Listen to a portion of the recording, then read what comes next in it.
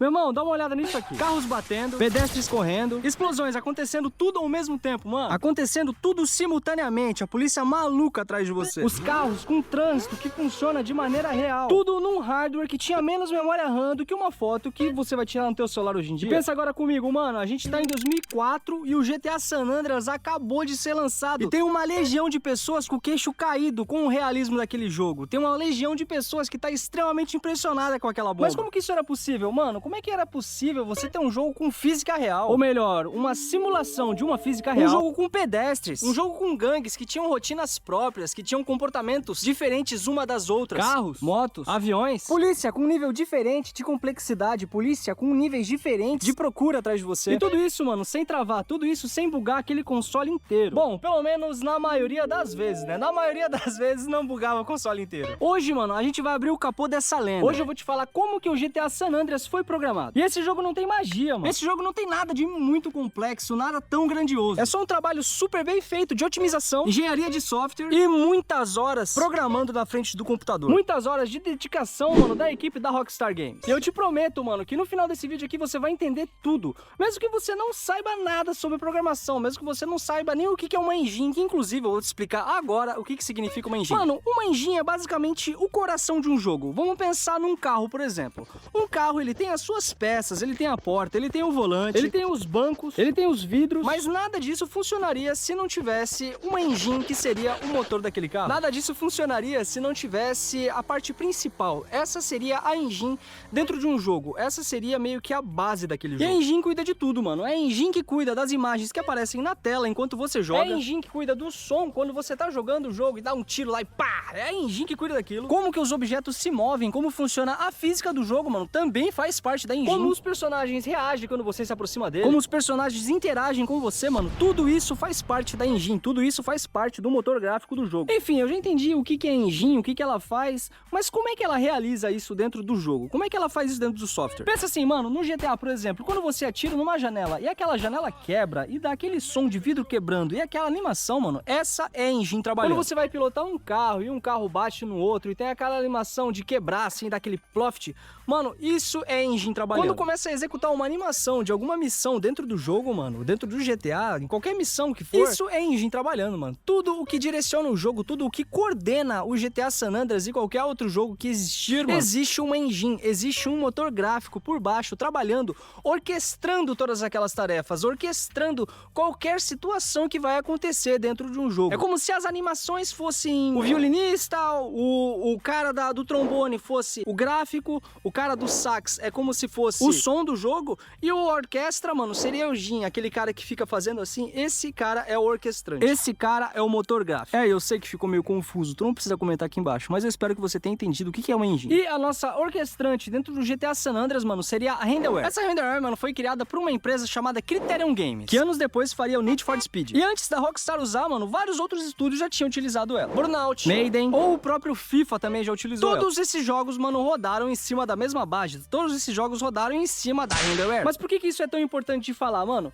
Porque aqui a gente já tem um conceito que a Rockstar não criou uma engine do zero. Eles pegaram uma engine que já tinha sido usada. Eles pegaram uma engine já pronta. Só que eles não pegaram essa engine pronta e usaram ela do jeito que tá. Eles reformaram ela, eles fizeram ela de 0 a 100%, mano. Eles basicamente compraram um apartamento, só que tiveram que reformar o apartamento inteiro. Porque aquele apartamento não tava do jeito que eles queriam. Aquele apartamento não tava da maneira que eles queriam pra construir um jogo. Eles não tava do jeito que eles queriam. A Rockstar era muito ambiciosa, mano. A Rockstar, ela queria fazer mundos completamente grandes dentro dos jogos dela. A Rockstar queria algo que aquela engine não podia fornecer pra eles. A Rockstar queria algo completamente gigante. Então a Rockstar teve que, basicamente, mano, recriar aquela engine dentro da própria engine. Até mesmo porque a Rockstar queria criar algo que até aquele momento nunca tinha sido criado. GTA San Andreas, mano, foi o maior marco da história dos videogames. GTA San Andreas é um polo totalmente diferente de qualquer outra coisa que a gente já tenha visto dentro da indústria. Até mesmo porque foi o GTA San Andreas que foi usado como base, foi o GTA San Andreas que foi utilizado como trampolim para criar um dos jogos mais vendidos da história da indústria de entretenimento, que é o GTA V. Mas beleza, agora tu já entendeu como é que a engine funciona, como a engine do GTA funciona e o que foi o GTA na história dos videogames. Vamos entrar agora no software, mano. Vamos entrar como é que funcionava primeiramente os mapas. Como é que os mapas do GTA San Andreas era tão grande para um hardware que tinha a memória de um molusco, se a gente for colocar ele em comparação aos hardwares de hoje em dia. O mapa de GTA San Andreas era enorme, mano. A gente falava em estado de San Andreas, com 3 cidades gigantes, estradas, desertos, montanha, zona rural, praias e até lagos. Mano, esse jogo aqui foi fenomenal pra aquela época. Esse jogo aqui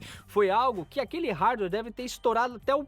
para tentar rodar. Pra você ter uma ideia, mano, o mapa de San Andreas era 4 vezes maior do que o de GTA Vice City, o que já era muito grande pra época. E GTA San Andreas, mano, tinha o maior mundo aberto criado até aquele momento. Então, o GTA San Andreas, ele conseguiu o seu ápice em qualquer coisa. Ele conseguiu o seu ápice em liberdade, ele foi o ápice em inovação, jogabilidade. Quando a gente fala de GTA San Andreas, a gente tá falando de um marco histórico tão grande na indústria dos jogos, que até daqui uns 30, 40 anos a gente vai olhar pra trás e vai se perguntar como é que criaram isso, como é que refizeram e como é que fizeram essa parada rodar num hardware tão limitadíssimo como o PS2. Mas aí entra a pergunta, mano, como que um hardware tipo o PlayStation 2, com 32 MB de RAM, conseguia rodar um mundo tão absurdamente grande? A resposta mais curta possível pra isso, mano, é ele não rodava tudo de uma vez. A gente entra numa parada chamada streaming de mapa, mano. Pensa assim, tu já assistiu um vídeo no YouTube ou uma série na Netflix com uma internet ruim? O vídeo, ou o filme, ou a série que você queria assistir, mano, não baixava toda de uma vez, ela ia meio que baixando aos pouquinhos. Ou seja, você assistia o trecho que tava carregando agora, que já tinha carregado anteriormente, e a internet tentava carregar o trecho que você ia carregar daqui um pouquinho, entendeu?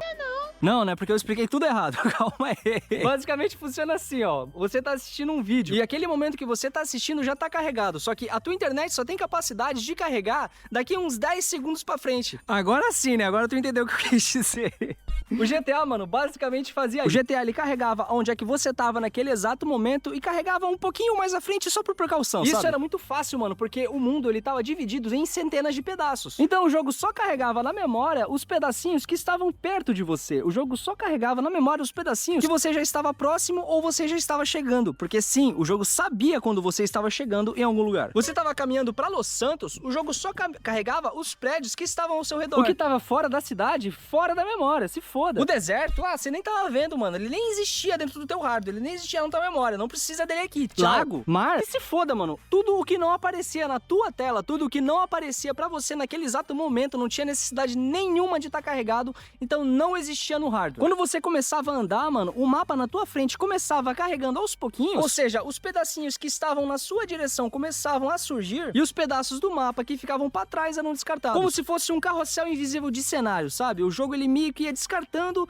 enquanto você andava, ele descartava enquanto você andava. Ele só carregava o futuro presente que você tinha dentro daquele jogo. Os desenvolvedores da Rockstar, mano, chamavam isso aqui de streaming de mapa e foi uma solução genial pra aquela época pra resolver esse problema de memória. E as telas de loading, como que funcionava? Como que tu conseguia ir de San Fierro pra Los Santos sem nenhuma tela de carregamento, sem o jogo carregar mapa nenhum? Como é que isso funcionava? Como é que era possível? Lembra que eu te falei que o jogo sabia em qual direção que você tava indo, mano? É exatamente agora que isso se aplica. O jogo calculava basicamente, mano, a velocidade e a sua direção. Se você tava num carro indo a 110 km por hora pra San Fierro, o jogo já sabia que daqui a, tipo, 30 segundos você estaria em San Fierro. Então o jogo basicamente fazia o quê? Ele aproveitava aquele período da sua viagem, ele aproveitava aquele pequeno tempo que a tua viagem ia levar pra carregar aquele mapa, mano. As únicas telas de loading que existia dentro do GTA era quando você ia entrar, tipo, num bar ou você ia entrar numa academia, porque daí era um ambiente à parte, era como se fosse um mundo separado de Los Santos, ou de San Fierro, ou de, sei lá, qualquer cidade onde é que aquele lugar fechado estaria. E o mundo de San Andreas, mano, era dividido em 200 células. Ou seja, a gente só tinha as células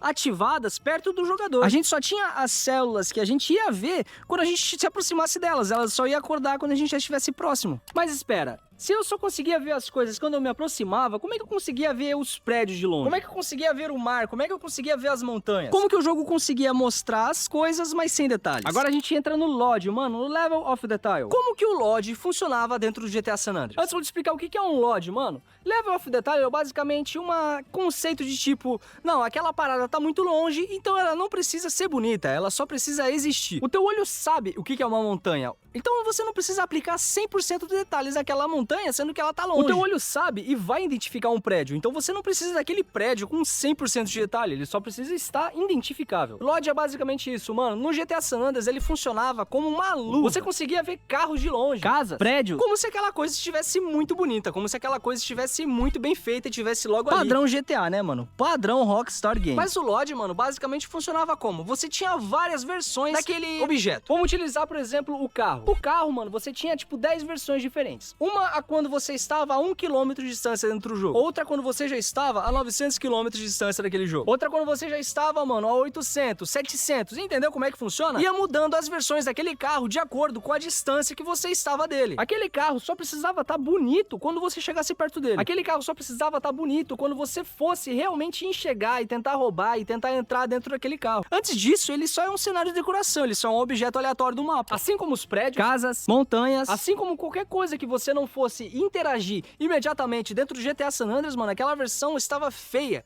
porque você não precisava dela bonita, você não estava próximo o suficiente pra você tentar interagir com ela. Era como um truque de mágica, mano, você via um mundo muito rico em detalhes, um mundo muito cheio de objetos e cheio de coisas, só que era tudo uma ilusão, você tava vendo uma versão feia que o teu olho conseguia identificar muito bem, só que, tipo, é um carro e tá muito longe, só que tá feio, então já era, então um carro, mano. Tá bom, beleza, já entendi como é que funciona o LOD, já entendi como é que funciona o streaming de mapa, motor gráfico, mas e os NPCs, como é que funciona? Primeiramente, o que é um NPC? Mano, se você joga ou se você já jogou alguma vez na tua vida, tu já escutou esse termo. O que significa NPC, mano? NPC basicamente significa No Player Character. E desculpa, meu inglês aí, senhores de inglês, que vocês são muito americanos, né, mano? Vocês são muito bons em inglês, que tanto que vocês só comentam aqui embaixo e não fazem vídeo nenhum. No Player Character, mano, significa personagem não jogado. Em outras palavras, basicamente, tudo que não é você dentro do jogo, todo personagem que não seja você é um NPC. E no GTA San Andreas, mano, a cidade era lotada de NPC. Pedestre na calçada, motorista nas estradas, nas ruas, polícia em patrulha, gangster vendendo bagulho na esquina, mano, tudo isso é NPC. Eles reagiam, eles corriam, eles discutiam entre si, eles brigavam entre eles mesmos. E esses NPCs, mano, não ficavam parados. Esses NPCs não ficavam lá parados assim,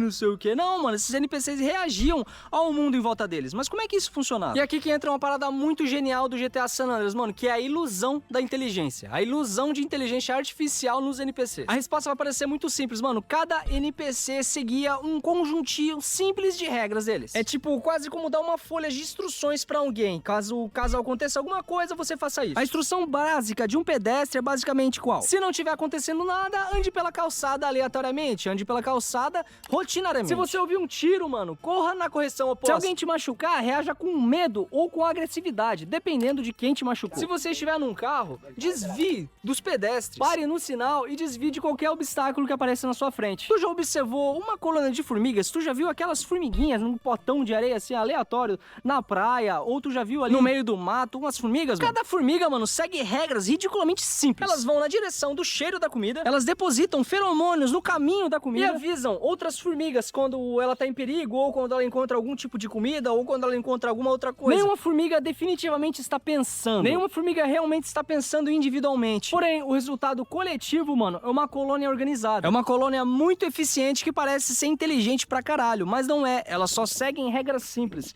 Elas só compreenderam a melhor maneira de sobreviver. E é basicamente isso que o NPC faz. Ele segue um script de regras que lhe foi dado e basicamente segue aquilo ali porque ele é um programa. Os NPCs do GTA funcionavam da mesma maneira, regras simples e trabalho coletivo. Cara, mas o GTA ele foi um pouquinho além. No jogo a gente tinha gangues territorialistas, a gente tinha policiais com rotina de patrulha, a gente tinha policiais que iam para determinado canto, a gente tinha policiais que iam em determinadas áreas, policiais que intensificavam a patrulha se fosse em uma área de gangue, policiais que não focavam em áreas nobres da cidade, não focavam nas áreas nobres de San Andreas, e sim ficavam nas áreas onde é que tinha mais predominação de crime. E cada grupo, mano, cada grupo tinha seu próprio conjunto de regras. Cada grupo tinha comportamentos completamente distintos um dos outros. Membros de gangues, mano, defendiam territórios específicos, eles defendiam o território que eles mesmos tinham. Ou seja, se uma gangue rival entrasse no território errado, se uma gangue dos Balas entrasse no território dos Grove, já dava um conflito instantâneo, já dava uma merda do caralho. E tudo isso acontecia, mano, sei que ninguém da Rockstar, sei que nenhum programador precisasse pegar um indivíduo, um NPC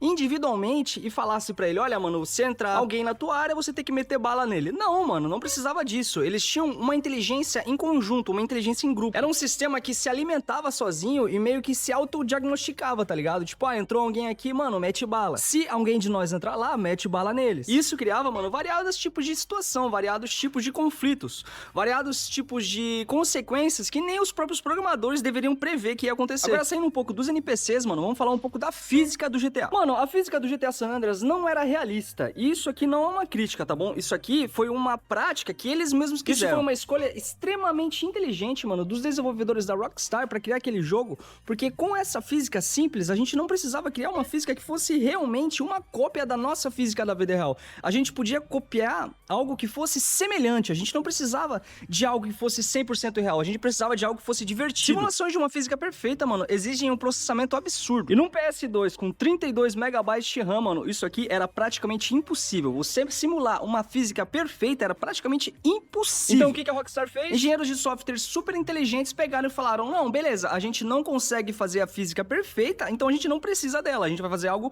que seja só focado no entretenimento, só focado na diversão de quem for jogar essa porra. Ou seja, eles simplificaram o suficiente a física só pra parecer bom, só pra parecer minimamente parecido com a vida real. Cada carro era tratado como se fosse uma caixa com rodas. Ou seja, era uma caixa com rodas, com 4 rodas, com um ponto central onde é que ele tinha um peso. Sem falar nos 4 pontos de contato com o chão. E esses 4 pontos que a gente tinha, mano, basicamente determinava tudo o que ia acontecer com aquele carro. Se a roda tava em contato com o chão, se a roda tava em contato com o ar, se o carro tava derrapando com aderência, se aquela curva era brusca, se aquela curva era leve. Mas beleza, a gente já tem a física do carro, a gente já tem como é que funcionava o peso dele e as colisões, como é que funcionavam dentro do GTA. E as batidas, como que o jogo calculava quando os carros se batiam. Mano, cada carro tinha uma hitbox. Meio que uma forma invisível que representa o seu espaço dentro daquela área. Pensa numa casca transparente em volta do carro. Mano, isso era a hitbox daquele carro. Quando duas hitbox se cruzavam, ou seja, quando dois carros se batiam, a física do jogo detectava que aquilo ali aconteceu e calculava a força em que elas se bateram, mano, e aplicava as determinadas consequências. As deformações no carro, ou seja, aquele amassado que deu no capô, aquele amassado, aquela quebrada que deu no farol do carro quando você bateu, mano, isso era aplicado num modelo visual do carro. Mas isso só podia ser aplicado a partir do momento em que o modelo hitbox entrou em contato com outro modelo hitbox. Ou seja, uma parede, um pedestre, outro carro. Era como se fosse um teatro, sabe, mano? O visual, ele mostrava o modelo do carro, tipo, todo bonitinho ali, aquele carro normal. E o modelo hitbox era o cara que calculava, era o cara que tava por trás de tudo. E era o cara que realmente representava o que aconteceu e com qual força aconteceu e em qual ângulo que aconteceu. Tá bom, Léo, eu já entendo como é que funcionam os carros, a física dele, eu já entendo como é que eles batem, mas e o trânsito? Como é que funcionava o conjunto de carros na rua? Cara, ninguém controlava aquele tanto de carro manualmente, isso aí seria impossível. A engine basicamente fazia o quê? Ela gerava carros no trecho do mapa que você estava vendo. E eles meio que seguiam nós de navegação, como se fosse trilhos de trem, só que no meio da rua pros carros. Ou seja, eles já tinham movimentos pré-elaborados, eles já tinham movimentos que eles iam fazer. O motorista daquele carro não escolhia o caminho livremente, ele não estava livre para escolher o caminho dele. Ele seguia uma rota de caminho pré-definido e basicamente se desviava dos obstáculos. Se aparecia um carro na frente, se aparecia um farol vermelho, se aparecia um pedestre na frente dele, muitas das vezes ele tentava desviar, mas na maioria das vezes ele tentava atropelar, ou atropelava no caso das ambulâncias, porque as ambulâncias no GTA San Andreas eram um bagulho de louco, elas só iam até o machucado e matava todo mundo. Basicamente, matava 3 pra tentar salvar um. Enfim, mano, o GTA San Andreas conseguiu criar uma ilusão de direção autônoma, ou seja, a gente olhava pra um motorista e aquele motorista realmente parecia que tava escolhendo o caminho dele, mas na real, mano, ele só tava seguindo direções pré-definidas, mas como tava em um conjunto, como estava em um grupo, a gente olhava pra aquilo lá e falava: caralho, mano, isso aqui deve ser ultra realista, isso aqui deve ser uma programação de outro mundo. Mas não, mano, era só um sistema de load inteligente aplicado em um sistema de script e já era. Mas e o sistema de estrelas? Como é que funcionava? Não, beleza, você comete um crime, vai lá e sobe uma estrelinha. Você comete um crime ainda pior, vai lá e sobe 2. Você mata um determinado agente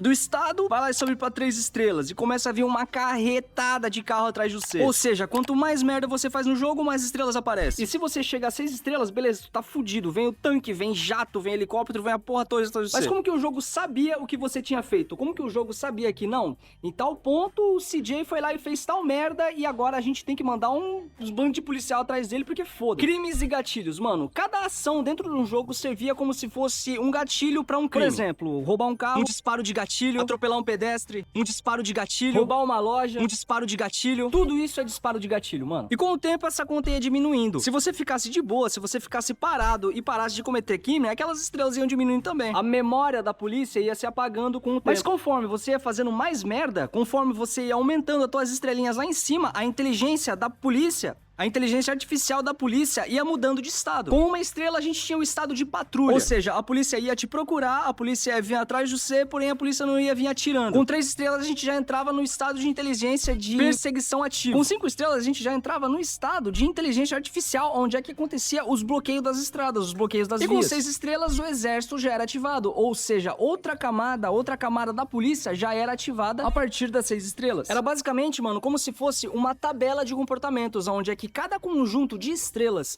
ativava comportamentos de um conjunto de NPCs. Cada nível de estrela aumentava o conjunto de regras. Era muito simples na implementação, era muito simples na programação, só que na prática era um bagulho muito dramático, né? Tipo, porra, tu fez uma merdinha, não, beleza, você vai ganhar um conjunto, o policial só vai vir atrás dos 6 a era. Agora tu tá com 3 estrelas, mano, você tá fudido, os caras vão vir tentar te matar dentro do jogo. Aí tu tá com 6 estrelas já, mano, aí já vem o tanque, aí tu ativou outro estado, outro nível, outro conjunto, onde é que vai vir todo mundo atrás do C, e era como se você fosse um serial killer dentro do jogo. E havia, mano, uma área de procurado, ou seja, uma área onde é que você tava da última vez, ou a última vez que a polícia te viu, ou a última vez onde é que você cometeu um crime, e se você saísse daquela área, as tuas estrelas iam diminuindo. Só que se você permanecesse naquela área, se você ficasse naquela área onde é que você cometeu o crime, aquela área ainda ia ficar com o nível de procurado no máximo, determinante ao conjunto de crimes que você cometeu. Era um sistema de territórios e um sistema temporal. Engenhoso e muito divertido e muito avançado pra aquela época, porque até então a gente não tinha nada semelhante àquilo. Mas aqui a gente entra naquela parada, né, mano? Como é que tudo isso aqui rodava num PlayStation 2 com 32 MB de RAM? Pra você ter uma noção, mano, eu acho que o aplicativo de banco do teu celular hoje em dia deve ter muito mais do que 32 MB de RAM. Uma foto tirada numa câmera em alta resolução, mano, tem muito mais do que 32 MB de RAM. E a Rockstar, mano, precisava rodar todo esse mundo aberto. A Rockstar precisava fazer todo o GTA San Andreas, todo o GTA Vice City, todos os primeiros GTAs, mano, dentro desse pequeno espaço de memória, dentro dessa pequeno mundinho que a gente tinha pra trabalhar em cima do PS2. E a solução pra isso, mano, foi uma coleção, uma enciclopédia de truques de otimização pra fazer essa porra rodar dentro de um PlayStation 2. Alguns eram técnicos, algumas soluções eram praticamente 100% técnicas. Outras a gente já entrava nas partes filosóficas do que a Rockstar fez nisso aqui. Sobre o que o jogador realmente precisava ou não precisava ver naquele momento. Os truques principais, mano, vamos lá. O NPC que some. Personagens distantes, mano, eram 100% removidos da memória. Por quê? Porque quando eles saem da tua tela, mano, já era, foda-se, ele não precisa mais estar ali. Você não precisa ter NPCs inúteis que você não vai ver na tua tela naquele momento. Mas mesmo assim, você nunca vai ver um NPC sumir do teu campo de visão assim do nada. Ou seja, você virou a tua câmera pra um lado, os NPCs que estavam do outro sumiam automaticamente. Mas quando você virava pra aquele lado de novo, aqueles NPCs reapareciam, porque eles ainda estavam na memória de spawn do PS2. Só que eles não são os mesmos, né? Eles só foram tirados e realocados. O segundo truque, mano, o som sob demanda. O GTA, mano, não carregava todos os sons dele de uma vez. Cada tipo de som era só carregado quando realmente era necessário. Ele era meio que tirado assim de um armarinho, ia lá e puxava, não, eu preciso desse som aqui agora, então a gente vem aqui, puxa e a gente tá com o som aqui agora. O som do motor do carro só aparecia quando um carro realmente ia passar na tua frente, quando um carro ia aparecer na tela. O som de passos só era spawnado no jogo quando um pedestre tava por perto ou quando você ia correr. Sons raros, mano, nem estavam na memória, eles nem precisavam estar ali. Eles só eram utilizados quando eles realmente fossem ser utilizados. Eles só estavam no jogo quando eles realmente forem precisar aparecer. Outro truque, mano, é da textura borrada. Objetos que estavam longe, mano, utilizavam texturas borradas. Mas por quê? Porque objetos que estão longe não precisavam ser vistos com qualidade máxima. Você não ia ver ele com 100% da qualidade. Então ele não precisa estar com qualidade máxima. Então quando você chegava perto daquele objeto, a textura mais bonita era trocada, ou seja, a gente volta lá pro sistema de LOD, pro Level of Detail, e na tua frente fica bonita. Só que de longe é totalmente borrada, totalmente feia. E aqui a gente volta pra um outro segredo dos jogos antigos, que é a fog estratégica. Lembra daquela neblina que eu te falei no último vídeo, no vídeo do Tony Hawks, que inclusive eu vou deixar aqui? Aquela neblina que estava longe, mano, escondia pontos que iam desaparecer ou pontos que estavam com a textura borrada, pra você não ver ela. Aquela fog, mano, foi o principal causador dos maiores jogos da história, mano. Aquela fog foi algo que foi feito realmente pra otimizar o mundo inteiro. Uma das principais causas dos jogos existirem, mano, é por causa da fog, otimização e da engenhosidade daqueles caras de programar isso aqui.